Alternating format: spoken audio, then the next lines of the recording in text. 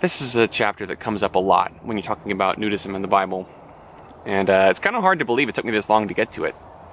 But so let's go on a little journey, thought experiment.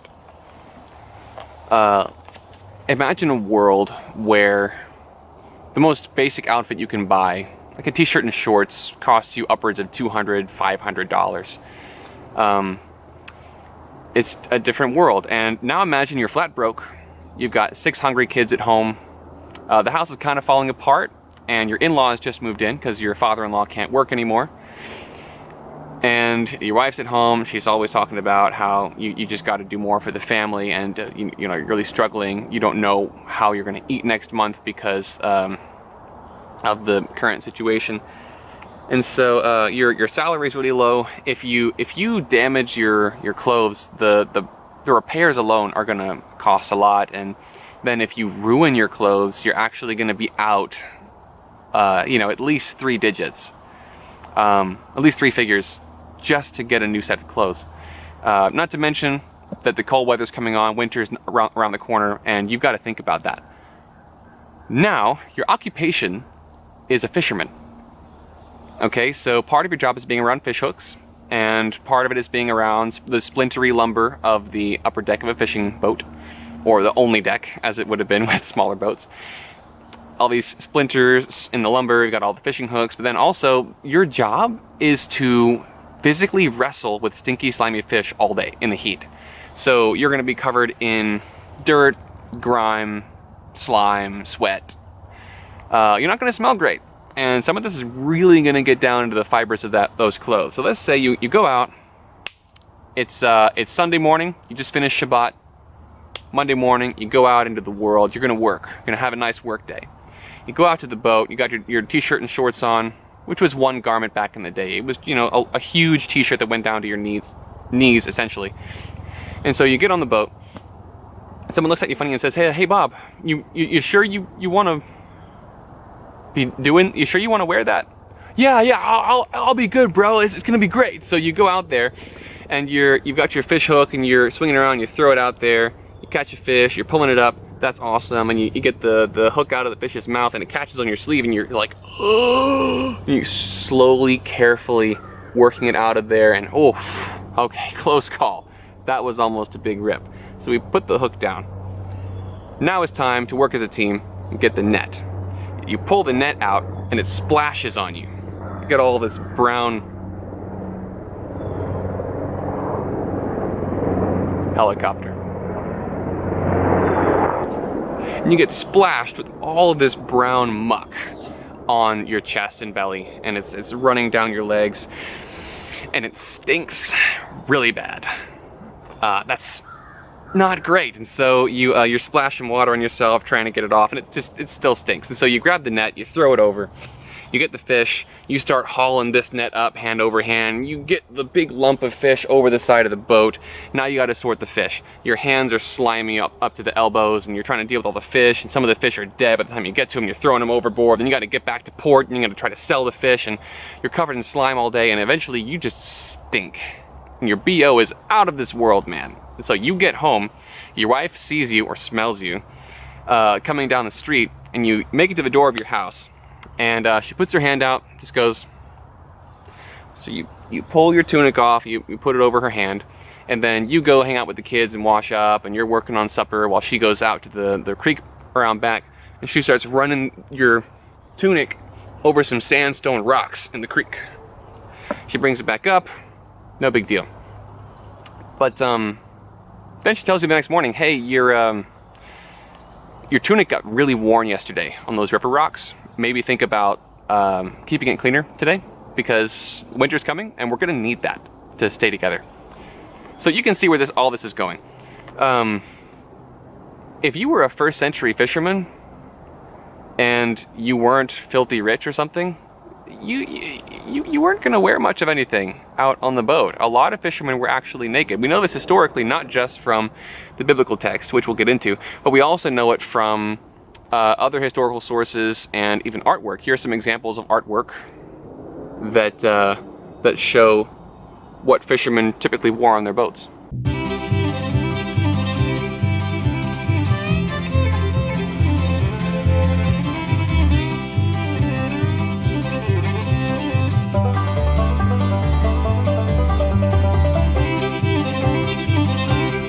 But with that, let's take a look at the text. Would have been helpful if I had already opened it. So, John chapter 21. The first paragraph or so. No, the second paragraph, okay. Verse 4. Just as day was breaking, Yeshua stood on the shore. Yet the disciples did not know that it was Yeshua. And Yeshua said to them, "Children, do you have any fish?" They answered him, "No." He said to them, "Throw the net on the right side of the boat, and you'll find some." So they threw it, and now they were not able to even haul it into the boat because of the huge quantity of fish. That disciple, who Yeshua loved, said to Peter then, "That's the Lord." When Simon the Rock heard that it was the Lord, he put on his clothes, for he was naked, and threw himself into the sea. The other disciples came in the boat, dragging the net full of fish because they were not far from land, about 100 yards off. So, the story goes on from there. Now, this is the English Standard Version. It actually says, when Simon Peter heard that it was the Lord, he put on his outer garment, for he was stripped for work. The biblical naturist calls this squeamish translating, and I'm with him on this. Because fishermen would not have been wearing things on the boat. So when the Greek says here that he put on his garment because he was gumnos, because he was naked, it would have been pretty obvious to the original readers that he was actually nude. So if it was normal, then why would the translators make it, that he was underdressed and then he put on his outer garment to go back to the shore? I think the biblical naturist, Matthew Neal, has a really good explanation of this. I think it may simply come down to the translators being a bit uncomfortable with the idea of one of the heroes of the faith being buck naked out on a fishing boat. But I honestly don't know why they translate it that way. Maybe you guys in the comments section can clear that up for me, but I really don't know. It just strikes me that it seems to make them uncomfortable, but it's just a theory. Now, that's not to say that Peter was a family naturist. He probably wasn't. That would have been worth mentioning because the Jews had pretty strict standards of what people were supposed to wear in public, especially around women and children, and being naked was not on the list of things that were okay. So he was out there naked with a bunch of other bearded men, a bunch of other Jews, far away from where women and children could have seen him. So this would have been fine by their standards. So he put on his clothes because he was naked. So, yeah, so what people say with this one, that I have heard anyway, people have brought this passage up to me before and said, if it's okay to be naked, how come Peter put his clothes on before he went back to shore to see Jesus? Let's see. Bet you didn't think of that. No, they don't get that dramatic with it, but essentially there's more than one reason to wear clothes. So one reason would be, okay, that Peter felt compelled out of this sense of modesty we're talking about to put on his clothes before he went to go see Jesus. We'll touch on that in a second, but let's move on to other possibilities. More bugs. Okay. One is Yeshua was crucified in springtime. If in case you've never lived anywhere in springtime, it gets cold at night in a lot of places. So one option is that the rock, the name Peter means rock. I like to call him the rock. One option is that the rock knew it was going to get cold that night, and he also knew, as we also know, that Yeshua had a tendency to show up very abruptly and then leave suddenly. Like on the road to Emmaus, these two guys were just walking down the road, and Yeshua walks up next to him and says, "Hey guys, what's up?" And he He says, hey guys, what's up? And they say, dude, why are you asking us what's up? Because Yeshua was just crucified. Who's that? So how do you not know that? So they make it all the way to the place where they're going to stay for the night, and the guy they were walking with blesses the food, and they realize it's Yeshua, and he just, poof, vanishes. So I think Simon Peter, I think The Rock probably knew that that sort of thing was going on, and so he decided, let me get ready to run down the road when he vanishes so I can keep up with him, maybe. That's one option. Another option is that since he was going back to shore, he wanted to look like an upstanding Jewish citizen and not like some kind of destitute beggar with no honor. So there are other reasons for him to wear clothes other than his own sense of modesty. That being said, let's concede that point for the sake of argument. Let's say that Peter did wear clothes on the boat, and then he put on more clothes to go see Jesus because of modesty. Okay, it's a neat story, but I don't see a rule there. It's not like, the Apostle John is writing his gospel and says, and Peter put his extra clothes on top of the clothes he was already wearing, on the boat to fish. Therefore, all humans must always wear clothing in public, except for medical, hygienic, or sexual purposes. Always and forever.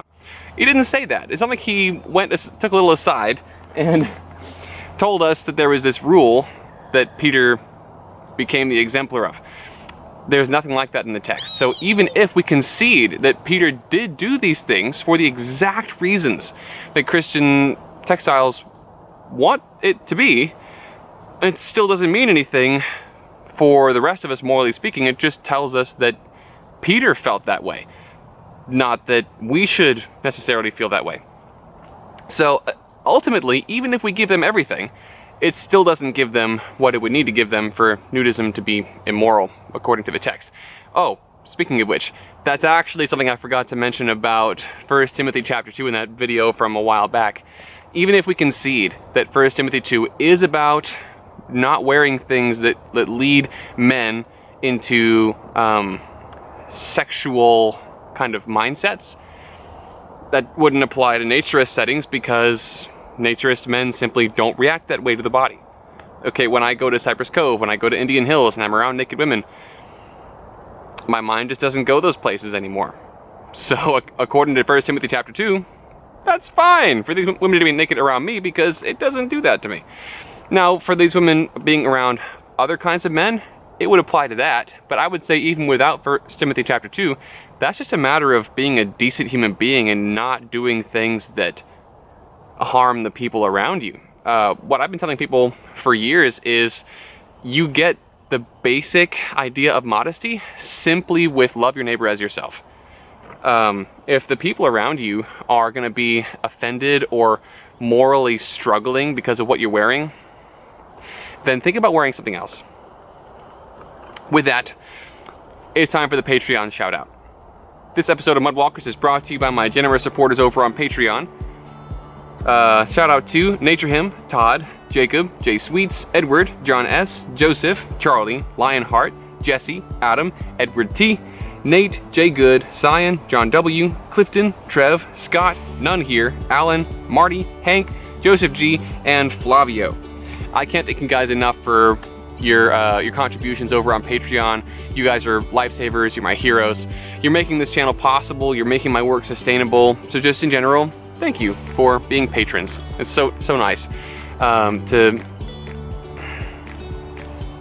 have this resource, these people who care enough about what I'm doing to help make it possible, to help improve it with their financial support. It's just I can't I can't thank you guys enough. It blows my mind to this day. It's only been a few months, but it blows my mind still that anyone believes in this enough to actually put their wallets behind it. So thank you, 1,000 times thank you.